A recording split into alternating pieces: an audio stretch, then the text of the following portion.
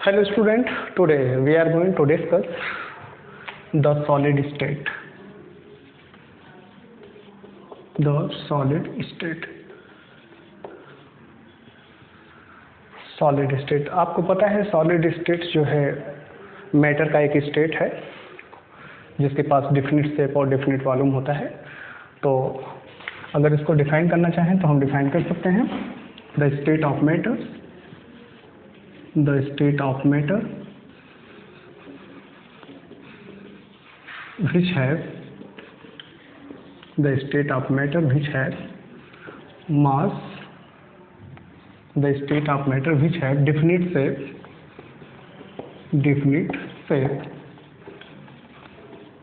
and definite volume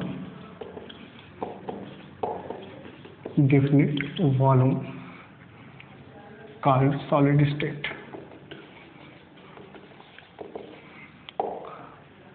but प्रश्न ये बनता है कि सॉलिड के पास why solid have the definite shape and definite volume. आपको पता है कि सॉलिड जो है मैटर का एक फिजिकल स्टेट है। अगर हम लोग मैटर को डिफाइन करना चाहें तो मैटर क्या होते हैं? मैटर आपको पता है कि ये पूरा संसार जो है दो थिंग्स से मिलकर बना है, matter and energy. The whole universe is made up of two things, matter plus energy. This is the universe which made up of two things, matter and energy. Matter को डिफाइन किया जाए तो matter the things of universe which have the, here the definition of matter, the things of universe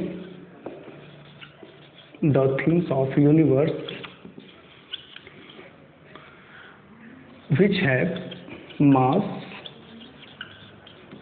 mass and the things of universe which have mass and occupy the space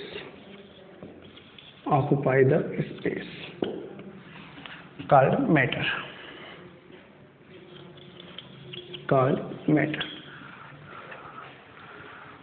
ब्रह्मांड का वही है जिसमें भार होता है और जो स्थान घेरते हैं उनको हम लोग क्या बोलते हैं? मैटर बोलते हैं। मैटर में ये सब जो मार्कर है, जो चीज़ें आपको दिखाई दे रही हैं आसपास, सभी क्या है? मैटर हैं। सब में क्या है? भार है और सब स्थान घेरती हैं।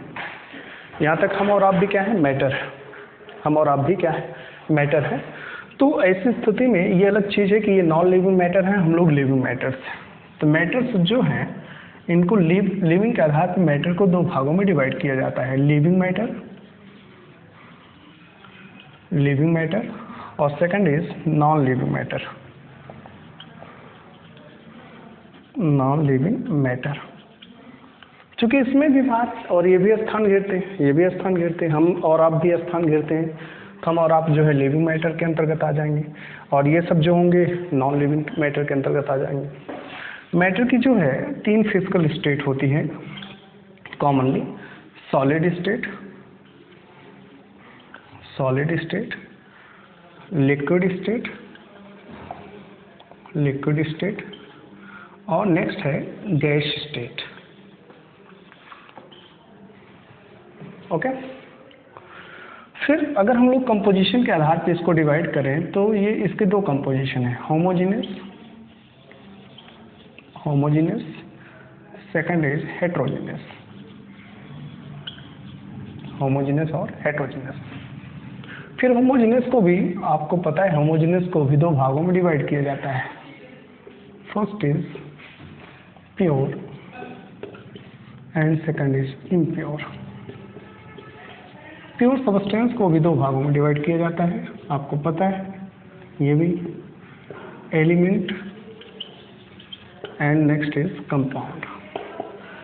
ये तो जनरली मैंने मैटर के बारे में बताया, लेकिन हमारा चैप्टर क्या है? Solid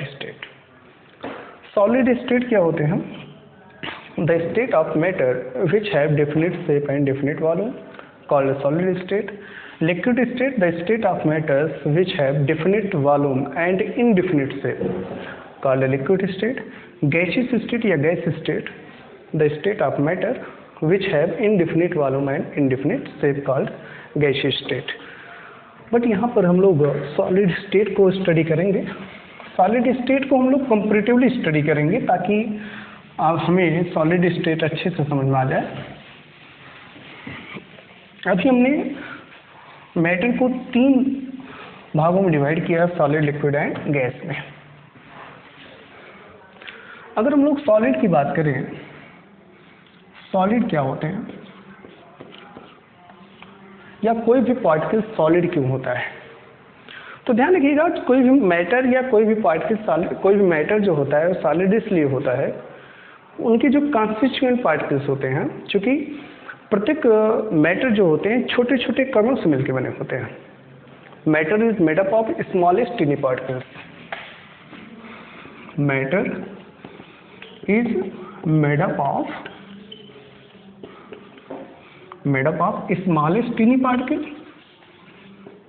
smallest teeny particles called molecule।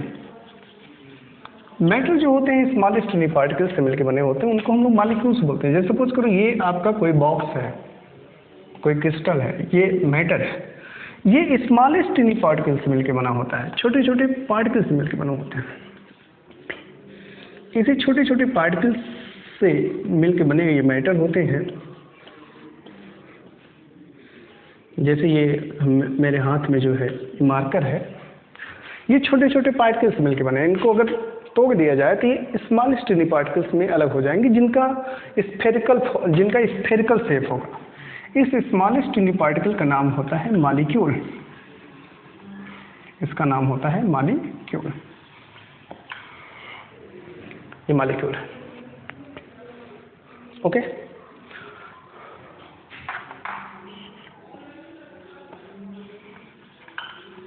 ये मॉलिक्यूल।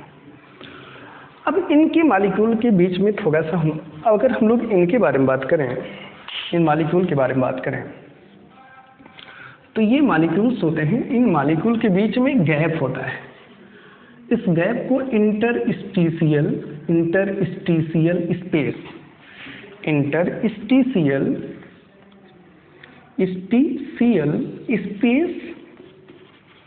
या इसी को वाइड्स नाम देते हैं। इन मॉलिक्यूल के बीच में जो गैप होता है उसको इंटरस्टिशियल स्पेस बोलते हैं। और ये जो पार्टिकल्स होते हैं, जो मॉलिक्यूल्स होते हैं, ये पार्टिकल्स फोर्स ऑफ अट्रैक्शन से बंधे होते हैं। That force of attraction is called interparticle force of attraction. Interparticle force of attraction.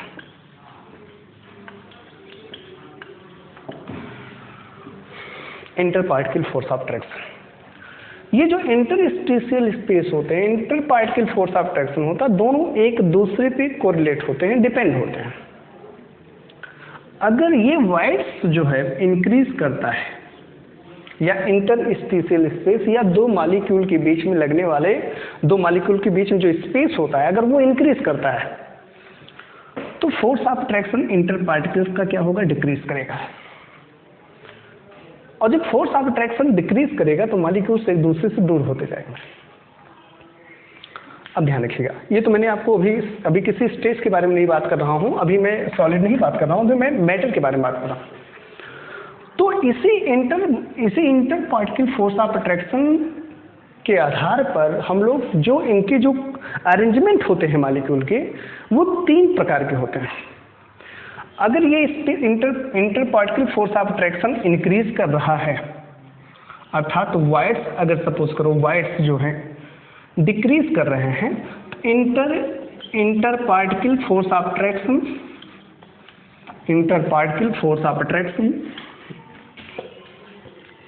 Attraction increase करेगा। अगर वाइड्स जो हैं डिक्रीज कर रहे हैं, अर्थात दो मॉलिक्यूल के बीच में गैप कम है, फोर्स ऑफ अट्रैक्शन ज़्यादा होगा। और जब फोर्स ऑफ अट्रैक्शन ज़्यादा होगा तो molecules are held by the strong force of attraction. तो इनके जो पार्टिकल्स होंगे वो एक स्ट्रॉन्ग फोर्स ऑफ अट्रैक्शन से बंध जाएंगे, जिसके कारण अगर ये वाइड्स कम होगा, inter particle force of attraction ज़्यादा होगा, तो मॉलिक्यूल एक दूसरे से फोर्स ऑफ अट्रैक्शन से बंधे रहेंगे। और इसमें मोबिलिटी नहीं होगी, इसमें गतिशीलता नहीं होगी। और जब इस मॉलिक्यूल्स में गतिशीलता नहीं होगी, क्योंकि जब फोर्स ऑफ अट्रैक्शन वाइड्स कम हो गया, inter particle force of attraction increase कर गया, तो क्या हो गया,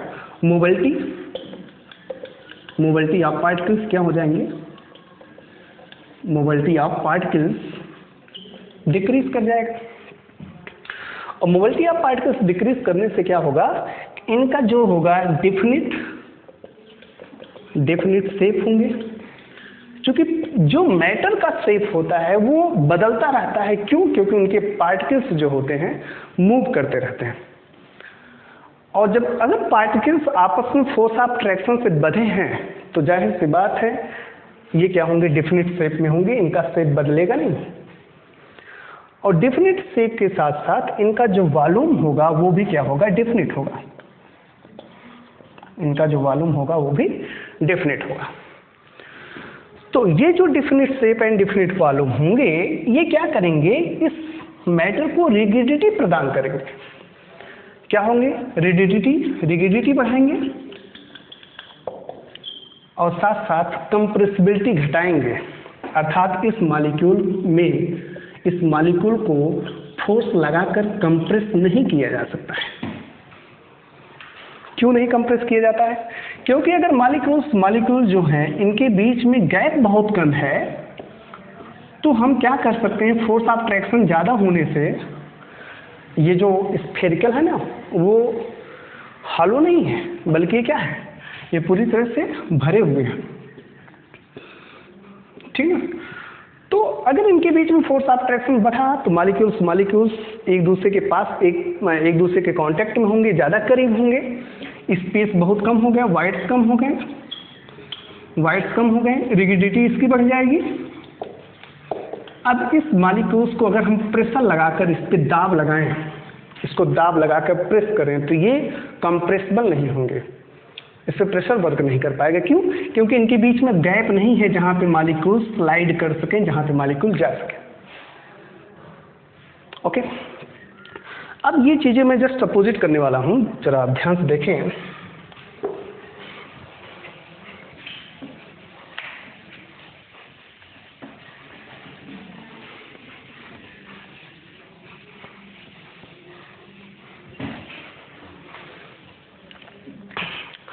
अगर मैं इस चीज को, इनके पार्टिकल्स हैं, अभी आपने देखा कि सॉलिड में क्या मिला हमको, सॉलिड में मॉलिक्यूल्स आपस में फोर्स ऑफ अट्रैक्शन से, स्ट्रांगली फोर्स ऑफ अट्रैक्शन से बंधे हैं, जिनके कारण इनके पास definite shape and definite volume हो रहा है। तो अब हम लोग बात करते हैं लिक्विड में। लिक्विड में क्या होता है, इनके जो पार्टिकल्स होते हैं, इनके पार्टिकल्स में थोड़ी सी गैपिंग होती है। इनके पार्टिकल में क्या होती है, थोड़ी सी गैपिंग होती है सॉलिड के कंपेयर में। ये गैपिंग आपकी वाइड्स कहलाएगी, क्या इंटरस्टेशियल स्पेस कहलाएगी। ये वाइड्स सॉलिड के कंपेयर में यहाँ पे वाइड्स बढ़ रहा है, और जब इनके बीच में वाइड्स बढ़ेगा तो प्रत्येक पार्टिकल्स आपस में फोर्स ऑफ अट्रैक्शन से बंधे हुए हैं। तो इनका जो फोर्स ऑफ अट्रैक्शन होगा, इंटर पार्टिकल्स का जो फोर्स ऑफ अट्रैक्शन होगा वो सॉलिड के कंपेयर में कम होगा। सॉलिड के कंपेयर में फोर्स ऑफ अट्रैक्शन कम होने से मॉलिक्यूल्स क्या होंगे, थोड़े से फ्रीडम में होंगे, और जब फ्रीडम में होंगे तो इनके पास स्पेस है, तो क्या होगा कि जरा सा भी अगर हम लोग इस पर प्रेशर लगा देंगे तो मॉलिक्यूल इस गैप में स्लाइड कर जाएंगे। जहां पे गैप मिलेगा मॉलिक्यूल्स वहां पे स्लाइड कर जाएंगे। और मॉलिक्यूल्स क्या कर रहे हैं, इस समय मॉलिक्यूल्स में क्या है, मोबिलिटी है, मूव कर रहे हैं। क्यों मूव कर रहे हैं? क्योंकि मूवमेंट के लिए, पार्टिकल्स के मूवमेंट के लिए दो चीजें चाहिए, एक उसके पास काइनेटिक एनर्जी चाहिए, दूसरा स्पेस चाहिए। काइनेटिक एनर्जी और स्पेस चाहिए। यहाँ पे सॉलिड के केस में क्या है, सॉलिड के केस में मॉलिक्यूल्स एकदम पास में हैं, इनके पास एनर्जी है लेकिन मूव नहीं कर पा रहे हैं। क्यों? क्योंकि स्पेस नहीं है। कहाँ पे मूव करेंगे, यहाँ पे स्पेस नहीं है। तो फिर क्या होते हैं, सॉलिड के पार्टिकल्स माइग्रेट, सॉलिड के पार्टिकल्स वाइब्रेट करते रहते हैं। मॉलिक्यूल्स अपने ही सेंटर पे क्या करते हैं, पार्टिकल सॉलिड के जो पार्टिकल्स हैं अपने ही सेंटर पे अपने न्यूक्लियर एक्सिस पे रहकर वो वाइब्रेट करते रहते हैं। क्यों? क्या ये मूव नहीं कर सकते? नहीं मूव कर सकते। क्यों? क्योंकि स्पेस चाहिए। जैसे सपोज करो मैं ऐसे खड़ा हूँ, मुझे चारों तरफ से लोग घेरे हुए हैं, पकड़ के बांधे हैं और चारों तरफ से सब भीड़ है, तो मैं चाह करके भी गति नहीं कर पाऊंगा। क्यों? क्योंकि मैं चारों तरफ से घिरा हुआ। लेकिन लिक्विड में क्या होता है, लिक्विड में स्पेस होते हैं और एनर्जी होती है, तो ये मॉलिक्यूल्स क्या करते हैं, उसमें स्पेस में स्लाइड करते रहते हैं, जिनके कारण इनका जो शेप है वो बदलता रहता है। शेप क्या होता है, शेप चेंज होता रहता है। शेप चेंज का मतलब ये हुआ कि अगर सपोज करो मैंने यहाँ पर वाटर ले लिया है, इस कंटेनर्स में 2 लीटर का वाटर लिया, इस कंटेनर्स को मैंने दूसरे कंटेनर में वाटर को चेंज किया, ये 2 ही लीटर है। फिर मैंने तीसरे कंटेनर में चेंज किया, तीसरे कंटेनर में चेंज किया। आप देख रहे हैं जितने कंटेनर्स में मैं वाटर को चेंज कर रहा हूं उतने डिफरेंट शेप में बदल रहा है, लेकिन ध्यान रखिएगा वॉल्यूम सेम है, 2 लीटर 2 लीटर 2 लीटर। तो मॉलिक्यूल जो पार्टिकल्स होते हैं लिक्विड के केस में, वो पार्टिकल्स शेप स्पेस के कारण वो स्लाइड कर जाते हैं, स्लाइड करने से उनकी शेप में परिवर्तन हो जाता है, लेकिन वॉल्यूम में कोई फर्क नहीं पड़ता है। अगर हम लोग लिक्विड की बात करें तो लिक्विड में क्या होता है, definite volume and indefinite shape होते हैं, क्यों इनडिफिनिट शेप होते हैं? क्योंकि उनके बीच में इंटरस्टिशियल स्पेस होता है, वॉइड्स ज़्यादा होते हैं, जिसके कारण ये मॉलिक्यूल्स मूव करके उसमें शिफ्ट हो जाते हैं, स्लाइड करते रहते हैं, इसलिए इनके शेप में परिवर्तन होता रहता है। वॉल्यूम डिफिनिट क्यों होता है? क्योंकि पार्टिकल्स जो होते हैं फिक्स्ड होते हैं, चाहे कितना भी स्लाइड करें लेकिन उसके वॉल्यूम में कोई फर्क नहीं होने वाला है। तीसरा स्टेज होता है गैस का। गैस का स्टेज होता है। गैस के पार्टिकल्स में अगर आप देखें तो पार्टिकल्स में बहुत सारे गैस हैं। आप यूं ही ये कह सकते हैं कि ये वाइड्स इतना ज़्यादा है, वाइड्स बहुत ज़्यादा है। सॉलिड के कंपेयर में तो बहुत ज़्यादा है, लिक्विड के कंपेयर में भी बहुत ज़्यादा है, जिसके कारण इनके बीच में जो inter particle force of attraction है, इंटर पार्टिकल्स अट्रैक्शन है, वो अट्रैक्शन है बहुत ही कम, अर्थात निग्लेक्जिबल होता है। और उस निग्लेक्जिबल के कारण इनके मॉलिक्यूल फ्री होते हैं, और यही कारण होता है न तो इनके डिफिनिट शेप होते हैं न ही डिफिनिट वॉल्यूम होते हैं। तो शायद आप समझ गए होंगे सॉलिड स्टेट में क्या होने वाला है। आइए हम लोग बात करते हैं सॉलिड स्टेट में।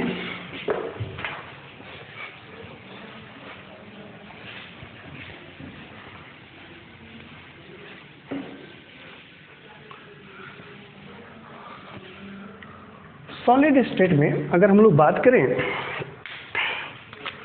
तो सॉलिड स्टेट के कैरेक्टर्स के बारे में हम लोग बात करते हैं। सबसे पहले कैरेक्टर्स, पहला कैरेक्टर्स आपने ध्यान दिया क्या होता है? पहला कैरेक्टर्स में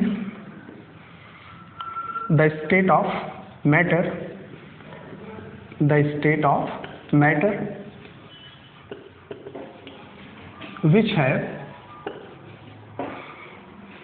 which have definite shape and definite volume, definite shape and definite volume। दूसरा पॉइंट, इनके मॉलिक्यूल्स, इनके पार्टिकल्स जो होते हैं डेफिनेट ऑर्डर में होते हैं, अच्छे रेंज में होते हैं, तो they have sharp and high melting point. Sharp and high melting points. Melting point का मतलब सामान्यतः ये समझिए कि जिस पॉइंट पे, जिस टेम्परेचर पे कोई भी सॉलिड जो है वो मेल्ट करता है, पिघलता है, लिक्विड कंडीशन जाता है, उसको हम लोग मेल्टिंग पॉइंट बोलते हैं। थर्ड पॉइंट, पार्टिकल में मूवमेंट नहीं होता है, सिर्फ पार्टिकल वाइब्रेट करते हैं। The particles of solid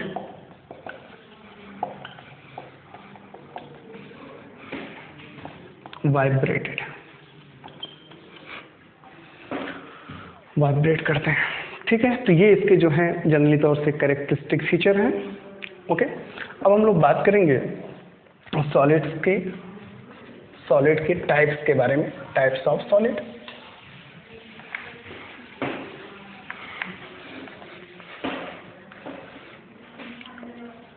types of solid, types of solid में दो प्रकार से जनरली हम लोग सॉलिड को स्टडी करते हैं। पहला है crystalline solid, crystalline solid. First is crystalline solid. Crystalline solid में क्या होता है? क्रिस्टलाइन सॉलिड में पहला पॉइंट, द मॉलिक्यूल्स, द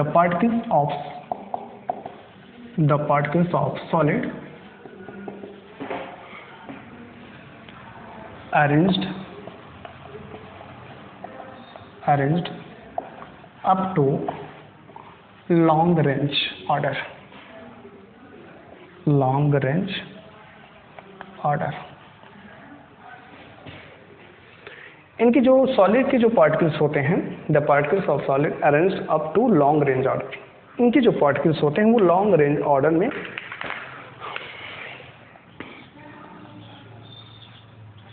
ऐसे समझे, लॉन्ग रेंज ऑर्डर में ऐसे व्यवस्थित रहते हैं। ओके, जिसके कारण क्या होता है, the particles solids are arranged up to long range order. Second point क्या होगा, दे हैव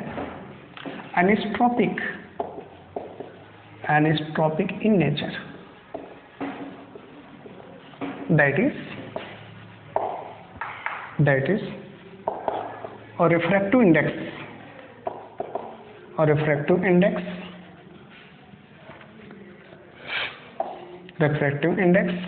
conductivity में चाहे वो इलेक्ट्रिकल कंडक्टिविटी हो चाहे हीट ऑफ कंडक्टिविटी हो, they have anisotropic in nature, that is और refractive index conductivity are same in are different in different direction.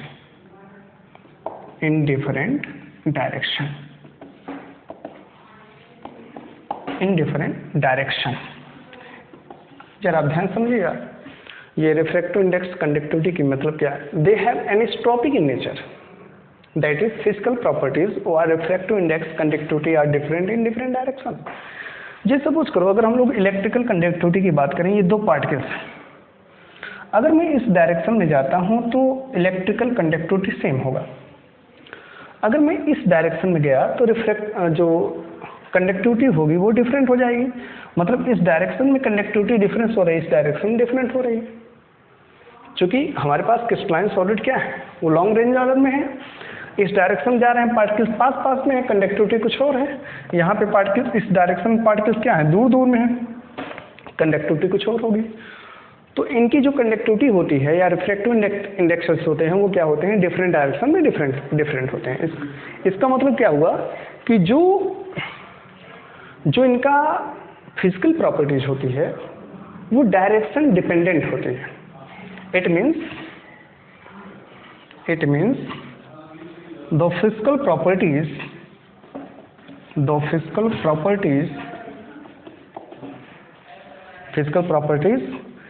is direction dependent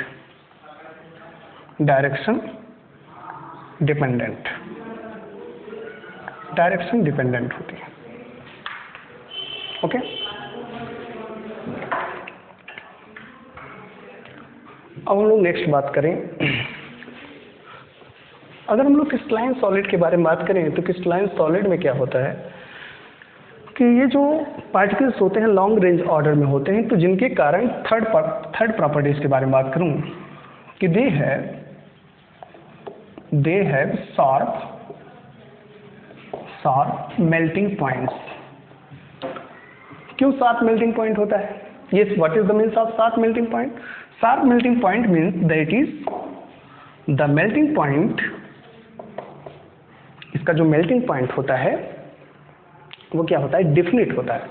that is the melting point of crystalline solid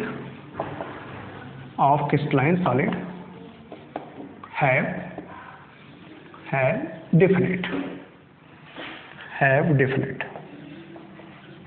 ऐसा नहीं कि crystalline solid की जो melting point है वो बदलती रहती है, नहीं बदलती नहीं है।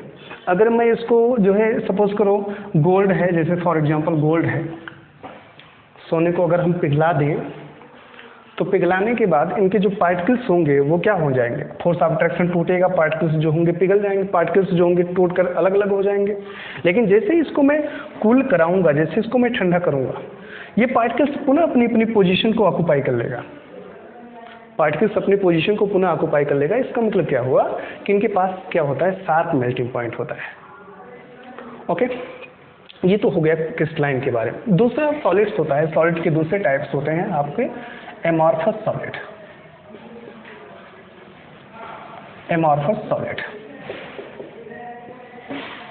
एमॉर्फस सॉलिड क्या होता है? यहाँ पे मैं डेफिनेशन नोट करूँ। एमॉर्फस सॉलिड में पहला पॉइंट मैं नोट करने चल रहा हूँ। The particles of amorphous solid is the particles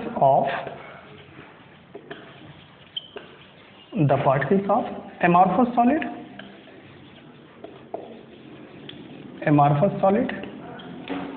जो एमॉर्फस सॉलिड के जो पार्टिकल्स होते हैं वो क्या होते हैं? Arranged in order up to short range।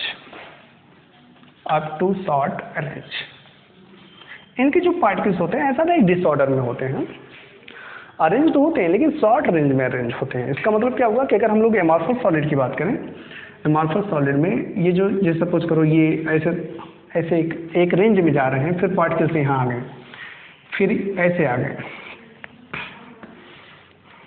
गए, फिर ये रेंज में जा रहे हैं, फिर ऐसे पार्टिकल आ गए। ओके, तो जरा आप देखिए यहां तो क्या है? शॉर्ट रेंज में है, ऑर्डर में अरेंज है लेकिन शॉर्ट रेंज में। यहां भी देखिए शॉर्ट रेंज में है, यहां भी देखिए शॉर्ट रेंज में है। तो इनके जो पार्टिकल्स होते हैं वो शॉर्ट रेंज ऑर्डर में अरेंज होते हैं, और जिसके कारण क्या होता है? सेकंड पॉइंट में बात करूं, सेकंड पॉइंट क्या है? दे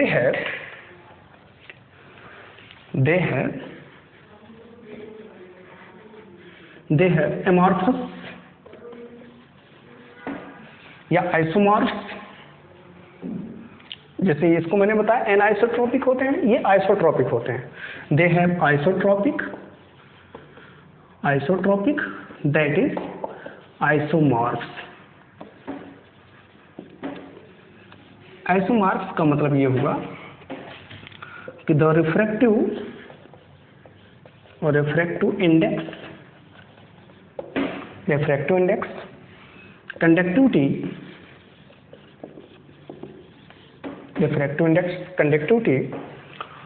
are different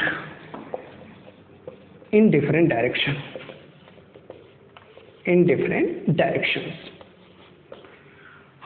कहने का तात्पर्य ये हुआ कि इनकी जो, अगर यहां पे मैं बनाऊं एमॉर्फस सॉलिड के बारे में देखें,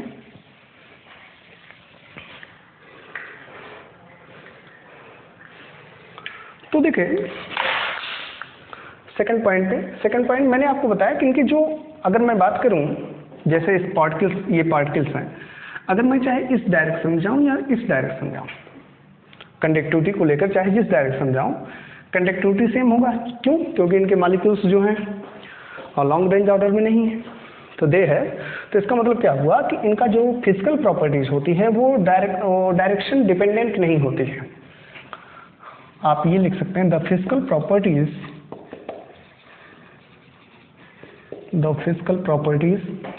are direction the physical properties are independent of direction. इनकी जो फिजिकल प्रॉपर्टीज होती है वो डायरेक्शन पे डिपेंड नहीं होती, चाहे मैं इस डायरेक्शन में जाऊं या फिर इस डायरेक्शन जाऊं या फिर इस डायरेक्शन जाऊं, सभी डायरेक्शन इसकी फिजिकल प्रॉपर्टीज क्या होगी, सेम होगी एमॉर्फस सॉलिड में। इसके जो एग्जांपल हैं वो क्या है, जैसे आपका ग्लास है, ग्लास, प्लास्टिक है, रबर है, इट इज, ये इसके properties. Okay, glass, plastic, rubber, ये सब है। अगर मैं ग्लास की बात करूं, आपको पता है कि इस एमॉर्फस सॉलिड को they are also called super cold liquid. Super cold liquid, what is the sense of super cold liquid? Super cold liquid का मतलब ये हुआ कि इनके पास क्या होता है, लिक्विड की प्रॉपर्टी होती है। जैसे लिक्विड को अगर हम लोग कूल्ड कर दें, सुपर कूल्ड कर दें, तो उसमें सॉलिडिटी नेचर आ जाती है। उसी तरीके से एमॉर्फस सॉलिड होता है। जैसे यहाँ पे मैंने एग्जांपल लिया ग्लास, जो विंडोज में ग्लासेस लगी होती हैं, आप देखते हैं कि विंडोज में जो ग्लास लगी हुई है वो काफ़ी दिन के बाद जो होता है, कुछ दिन के बाद जो होता है, ऊपर से पतली हो जाती है, नीचे क्या होती है, मोटी हो जाती है। इसका मतलब क्या हुआ कि ये जो ग्लास की सीट है, ये जो ग्लास की सीट है विंडोज में, ये ऊपर से इनकी जो पार्टिकल्स हैं वो ऊपर से मूव करके नीचे की तरफ गए, ऊपर से मूव करके नीचे की तरफ गए, जिसके कारण नीचे क्या हो गया, थिकनेस आ गया।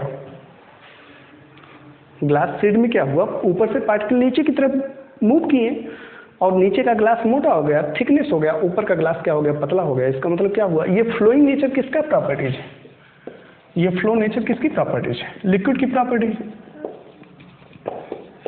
अर्थात एमॉर्फस सॉलिड में क्या है, लिक्विड की प्रॉपर्टीज है, इसलिए इसको सुपर कूल्ड लिक्विड बोलते हैं। मतलब सुपर कूल्ड लिक्विड का मतलब ये हुआ कि लिक्विड्स को सुपर कूल्ड करके उसको रखा गया है, तो उसको वो देखने में हमको सॉलिड है लेकिन उसके पार्टिकल्स मूव कर रहे हैं, इसको सुपर कूल्ड लिक्विड बोलते हैं।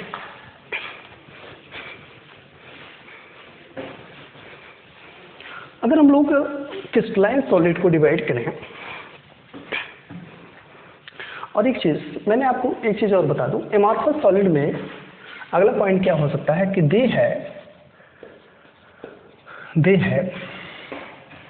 Variable melting points. Means the melting point of amorphous solid not fixed. जैसे अगर मैं एग्जांपल के रूप में ग्लास ही लूं, तो ग्लास, दुनिया में बहुत सारे टाइप के ग्लास हैं और प्रत्येक ग्लास के अलग अलग मेल्टिंग पॉइंट है। लेकिन दुनिया में अगर मैं गोल्ड की बात करूं तो प्रत्येक गोल्ड का मेल्टिंग पॉइंट एक ही है। बात समझ, ऐसा क्यों? अगर ग्लास और गोल्ड में मैं कंपैरेटिवली बात करूं तो गोल्ड के जो पार्टिकल्स होते हैं, सपोज करो ये गोल्ड के पार्टिकल्स हैं, ये गोल्ड के पार्टिकल्स, अगर मैं इनको हीट किया तो इनके पार्टिकल्स क्या हो गए, दूर दूर हो गए, दूर दूर हो गए। लेकिन इसको मैं पुनः कूल करूंगा, जैसे कूल करूंगा तो ये पुनः अपने ही पोजीशन पे जाकर ऑक्युपाई हो जाएंगे, अपने ही पोजीशन पे जाकर ऑक्युपाई हो जाएंगे, अपनी पोजीशन ले लेंगे हीट करने के बाद अगर मैं कूलिंग कराऊं। लेकिन अगर मैं ग्लास के पार्टिकल्स की बात करूं तो ग्लास के भी पार्टिकल्स में डिफरेंस, दूरी वही है, लेकिन ये क्या है, ये इनका जो रेंज है, इनका जो ऑर्डर है वो क्या है, शॉर्ट है। इनके जो पार्टिकल्स के जो ऑर्डर है वो क्या है, शॉर्ट है। अगर मैं क्या करूं, इसको जो है हीट किया, हीट करके इसके पार्टिकल्स दूर दूर हुए हैं, और अगर मैं इसको रैपिडली ठंडा करूंगा, रैपिडली कूल करूं, तो इनके पार्टिकल्स जो होंगे पहले से अलग व्यवस्थित हो जाएंगे और उसमें जो ऑर्डर होगा अरेंजमेंट का वो और शार्ट हो जाएगा, क्योंकि मैं तेजी से इसको ठंडा किया। और अगर सपोज करो इस पार्टिकल्स को स्लोली कूल करूंगा, तो इनके पार्टिकल्स कुछ दूर तक लॉन्ग रेंज, कुछ दूर तक रेंज में रहते हैं, फिर इसके बाद डिसऑर्डर में हो जाए। इसका मतलब क्या हुआ कि अगर मैं ग्लास के पार्टिकल्स को, ग्लास को अगर मैं हीट किया, हीट करने के बाद कूल करता हूँ, स्लोली कूल करता हूँ, तो इसमें कुछ दूर तक लॉन्ग रेंज में रहेंगे इनके पार्टिकल्स, और ध्यान रखिएगा, अगर पार्टिकल्स ज़्यादा लॉन्ग रेंज में रहते हैं,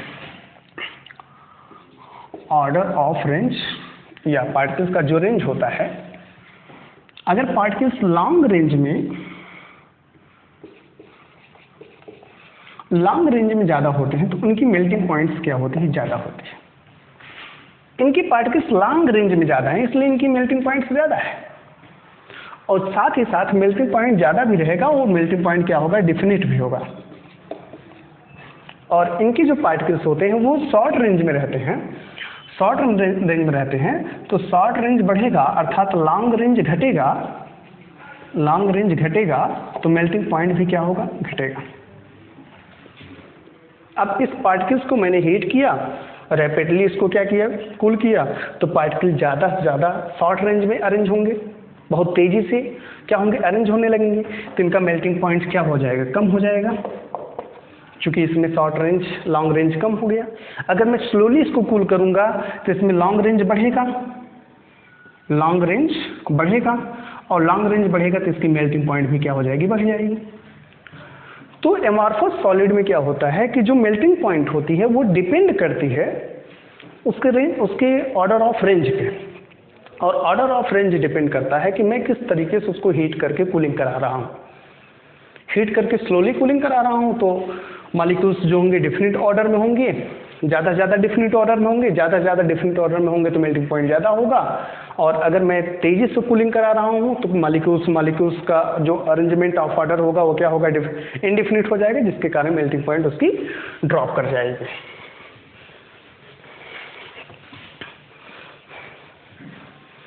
अब हम लोग बात करते हैं टाइप्स ऑफ क्रिस्टलाइन सॉलिड के बारे में। Types of crystalline solid.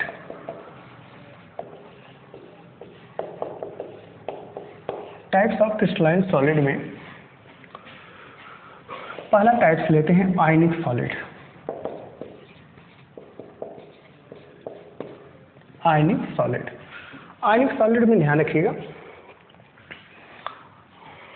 पहला पॉइंट मैं नोट करूं, first point, the constituent particles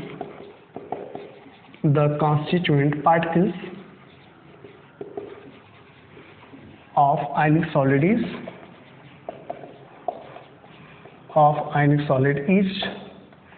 ion charge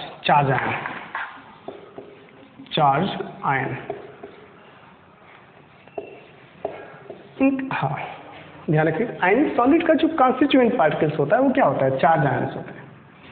And you know that charged ions are two types, cation as well as anion.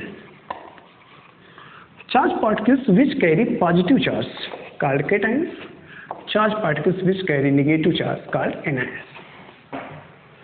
Cation और anion के रूप में यही कारण होता है कि ये न्यूट्रल होते हैं, आयनिक सॉलिड्स न्यूट्रल फॉर्म में होते हैं। अगर मैं दूसरे प्रॉपर्टीज की बात करूं, सेकंड प्रॉपर्टीज, तो आपको पता है पॉजिटिव और नेगेटिव के बीच में एक फोर्स ऑफ अट्रैक्शन लगता है, कूलम्बिक फोर्स ऑफ अट्रैक्शन या इलेक्ट्रोस्टैटिक फोर्स ऑफ अट्रैक्शन जिसको बोलते हैं। The Coulombic force of attraction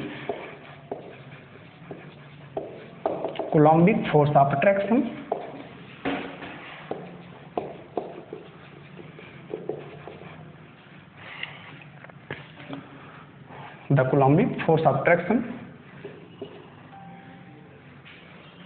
present between cation and anion. Coulombic force of attraction is also called electrostatic force of attraction. Coulombic force of attraction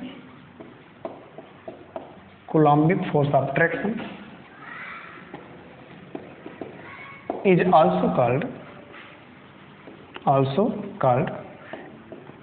electrostatic force of attraction.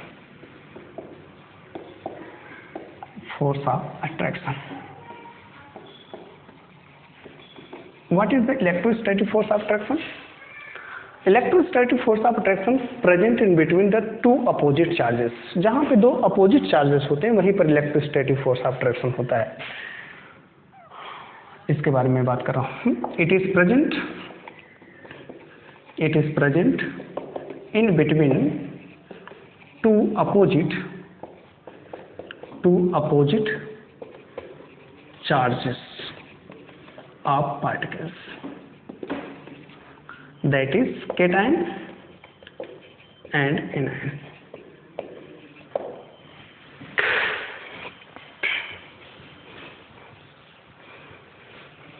Ionic solids में example आते हैं जैसे NaCl, KCl, RbCl, ये सब आते हैं। आइए देखें नेक्स्ट पॉइंट।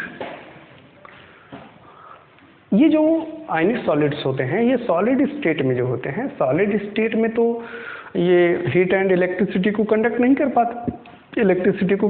पाते, लेकिन जैसे इसको मॉल्टेन स्टेट में कर दिया जाता है, अर्थात इसको एक्वस मीडियम में कर दिया जाता है, तो इसमें कंडक्टिविटी बढ़ जाती है। तो यहाँ पे लिखेंगे they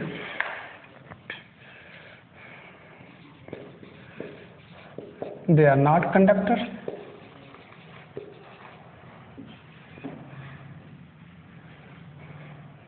conductor, in solid state, but in molten state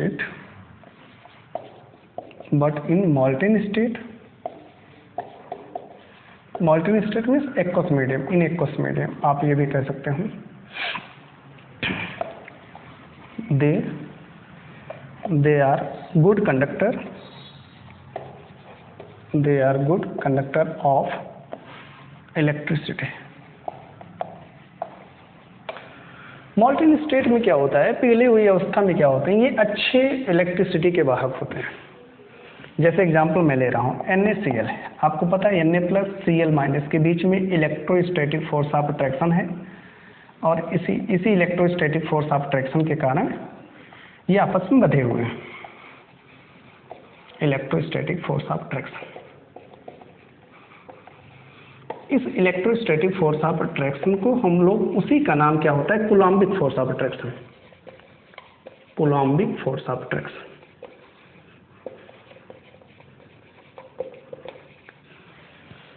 force of attraction से बंधे हैं। तो ये क्या होते हैं, क्रिस्टल फॉर्म में होते हैं, ये ऐसे क्रिस्टल फॉर्म में होते हैं।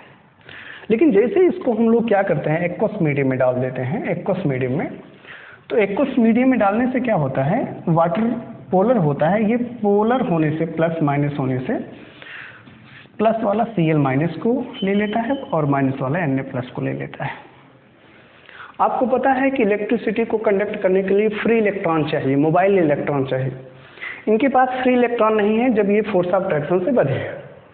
लेकिन जैसे ही वाटर में डाल दिए जाते हैं, वाटर आता है, इनके फोर्स ऑफ अट्रैक्शन को ब्रेक कर देता है, क्योंकि उसका डाइलेक्ट्रिक कांस्टेंट ज़्यादा है, इसके फोर्स ऑफ अट्रैक्शन को ब्रेक कर देता है। तो Na+ और Cl- डिपार्ट हो जाते हैं फोर्स ऑफ अट्रैक्शन से, जिनके कारण इनके पास अब फ्री इलेक्ट्रॉन है।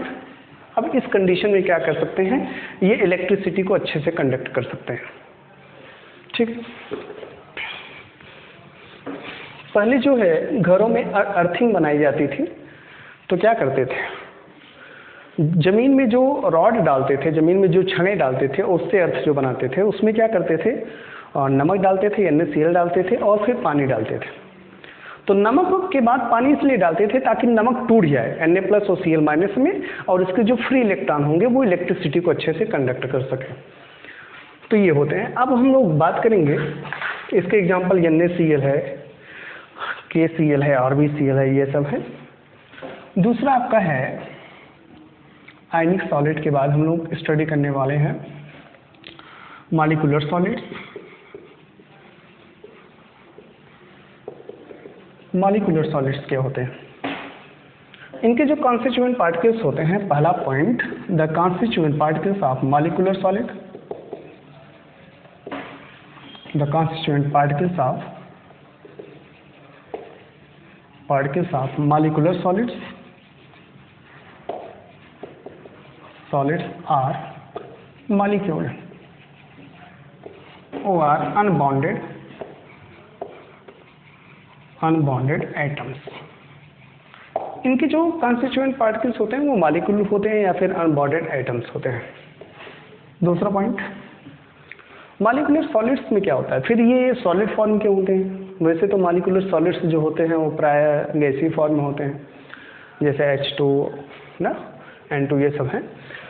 लेकिन यहाँ पर क्या है कि मॉलिक्यूलर सॉलिड्स में जो फोर्स ऑफ अट्रैक्शन होता है वो या तो हाइड्रोजन बॉन्डिंग होती है या तो फिर वान डेर वाल्स बॉन्ड होता है। तो लिखेंगे they have either van der Waals bond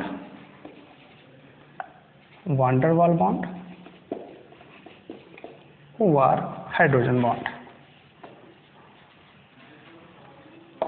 इनके बीच, इनमें जो पार्टिकल्स जो बधे होते हैं या तो वान डेर वाल्स बॉन्ड के द्वारा बधे होते हैं या फिर हाइड्रोजन बॉन्ड से। आपको पता है वान डेर वाल्स बॉन्ड जो होता है वो कई रूपों में होता है, dipole dipole bond, dipole dipole interaction, dipole induced dipole, London forces, okay, dipole instantaneous dipole interaction, इतने प्रकार के इसमें बॉन्ड होते हैं। और हाइड्रोजन बॉन्ड भी आपको पता है दो प्रकार का होता है, इंटरमॉलिक्यूलर हाइड्रोजन बॉन्डिंग, और दूसरा होता है इंट्रामॉलिक्यूलर हाइड्रोजन बॉन्डिंग। आइए हम लोग इस पे फोकस करें।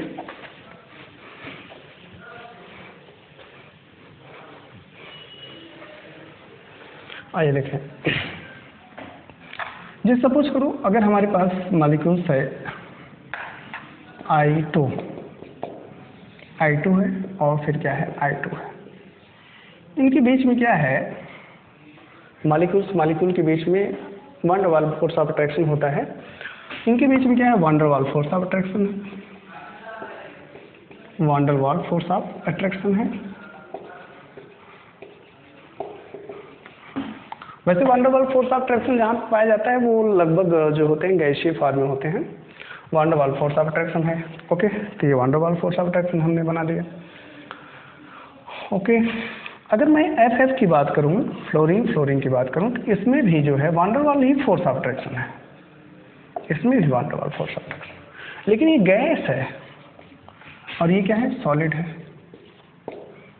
फोर्स ऑफ अट्रैक्शन तो दोनों सेम है, तो ये सॉलिड क्यों हो गया, ये गैस क्यों हो गया। तो ध्यान रखिएगा, जो हमारा van der Waals force of attraction होता है बहुत सारे फैक्टर पे डिपेंड करता है van der Waals force of attraction, लेकिन उसमें से एक फैक्टर है van der Waals force of attraction is also depend upon the molecular mass. अर्थात मॉलिक्यूलर मास अगर बढ़ेगा तो van der Waals force of attraction बढ़ेगा, van der Waals force of attraction बढ़ेगा,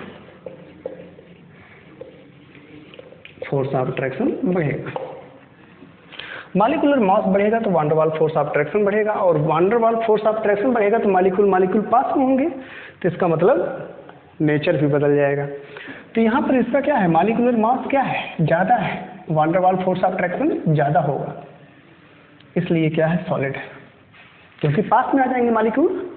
और यहाँ पर क्या है, इसका मॉलिक्यूलर मास इसके कंपेरेटिवली कम है, और जिसके कारण van der Waals force of attraction क्या हुआ, van der Waals force of attraction कम है, तो ये थोड़ा सा दूरी पे ही बॉन्डिंग पाई जाएगी, जिसके कारण ये क्या होंगे, गैस होंगे। इसके जो एग्जांपल हैं वो आपके हैं I2 है, F8 है, P4 है, etc।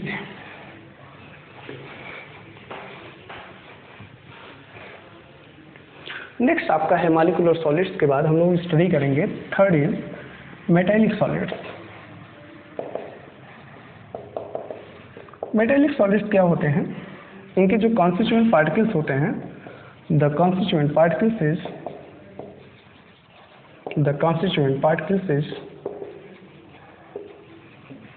particles are metals. Second is metallic bond present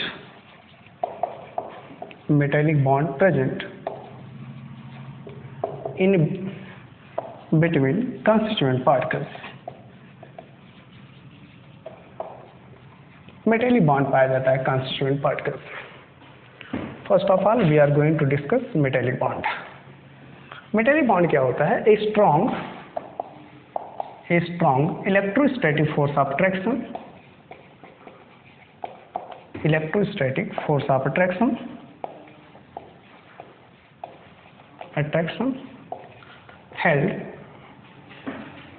held between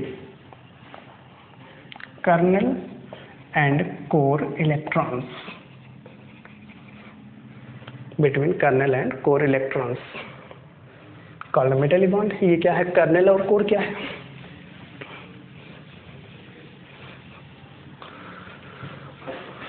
We are going to discuss about the what is the kernel and core electrons. Let us example sodium. You know that the electronic configuration of sodium is 1s2, 2s2, 2p6, 3s1. 3s1 is called valence electron. This is the valence electron, and this electron is also called delocalized electron, and it is also called mobile electron. There is various name, mobile electron, and it is also called core electron. इसको core electron बोलते हैं.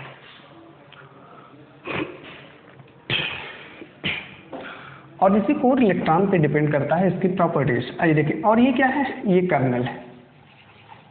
अर्थात अगर sodium जो है 1 electron loss करते हैं, after the loss of electron sodium become sodium plus. This is the kernel and this is the core. एक यहाँ पर C बनता है, वो इस तरीके से इलेक्ट्रॉन्स बीच में रहता है. सोडियम प्लस जो होते हैं इसके जो कर्नल पार्ट होते हैं, ये मेटेलिक में पाया जाता है. ऐसा मेटल के शीट्स होते हैं. मेटल के शीट्स में क्या है, इलेक्ट्रॉन्स उसके सरफेस पे घूमते रहते हैं और ये इलेक्ट्रोस्टैटिक फोर्स ऑफ अट्रैक्शन से बंध जाते हैं. That's electrostatic force of attraction is called metallic bond. ये आपका क्या है, कर्नल है, और ये क्या है, कोर. ओके. इस तरीके से कर्नल को ये हेल्ड किया रहता है, बांधे रखता है.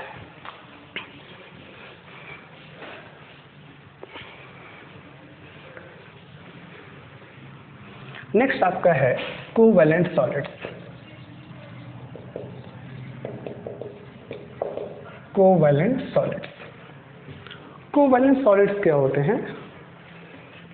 पहला particles, the constituent particles is the constituent particles are atom. इनके जो constituent particles होते हैं वो atom होते हैं. सेकंड पॉइंट, ये कैसे बंधे होते हैं? नाम से स्पष्ट है, कोवैलेंट बॉन्ड से. the particles are held together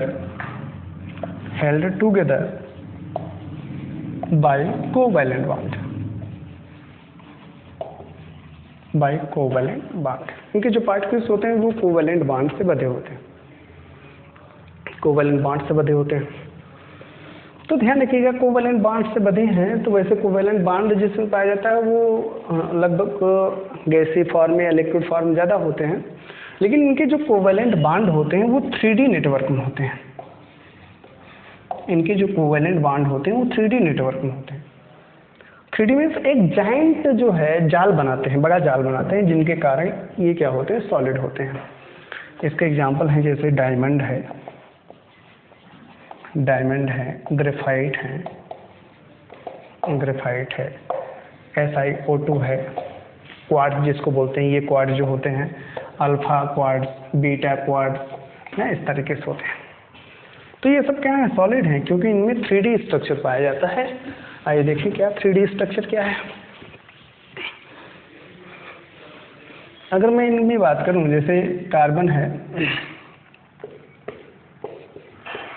ये कार्बन, ठीक,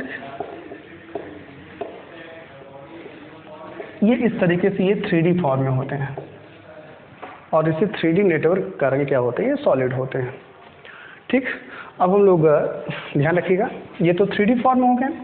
अगर मैं बात करूं डायमंड की, तो डायमंड जो होता है अभी तक सबसे हार्डेस्ट नोन मटेरियल है. Diamond is the hardest non material,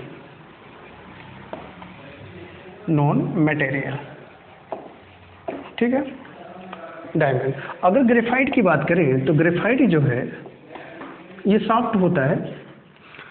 graphite जो है गुड कंडक्टर होता है इलेक्ट्रिसिटी के लिए। Graphite is good conductor of electricity, good conductor of electricity. बस sir 2 minute. Good conductor of electricity हो गया, ये ग्रेफाइट हो गया। और डायमंड जो होता है ये गुड कंडक्टर ऑफ हीट होता है। गुड कंडक्टर ऑफ क्या होता है? हीट होता है, good conductor of heat. Okay, मैंने आपको क्या बताया, इसके टाइप्स के बारे में बताया। जो क्रिस्टलाइन सॉलिड होते हैं वो आयनिक सॉलिड होते हैं, मॉलिक्यूलर सॉलिड होते हैं, हाँ, फिर मॉलिक्यूलर सॉलिड होते हैं, कोवेलेंट सॉलिड होते हैं। ये सब इसके क्या हैं? टाइप्स हैं।